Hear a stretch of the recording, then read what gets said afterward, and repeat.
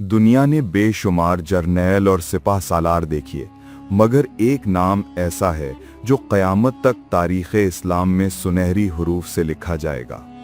हज़रत खालिद बिन वलीद रज़ियल्लाहु अन्हु ने जब इस्लाम कबूल किया, उस दिन के बाद से आप रज़ियल्लाहु अन्हु कभी किसी जंग में शिकस्त नहीं खाए। बदर और उहद में वो अभी मुसलमान नहीं हुए थे, लेकिन जब ईमान उनके दिल में उतरा तो फिर पूरी दुनिया ने देख लिया कि एक मोमिन अल्लाह के दीन के लिए किस तरह अपनी जान कुर्बान करता है। यरमूक की जंग में जब लाखों रूमी सिपाही मुसलमानों के मुकाबिल खड़े थे, हज़रत खालिद ने ऐसी जंगी हिकमत अमली इख्तियार की कि दुश्मन की सारी ताकत मिट्टी में मिल गई। वो दिन इस्लाम के गलबे की निशानी बन गया।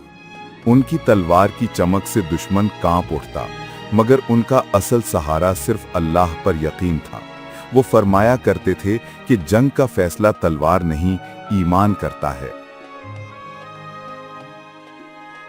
यही वजह है कि तारीख उन्हें याद करती है, ना सिर्फ एक अजीम जर्नैल के तौर पर, बल्कि ईमान और कुर्बानी की जिंदा अलामत के तौर पर। सवाल ये है, आज के मुसलमानों के लिए हज़रत खालिद बिन वलीद रज़ियल्लाहु अन्हु की जिंदगी से सबसे बड़ा सबक क्या है?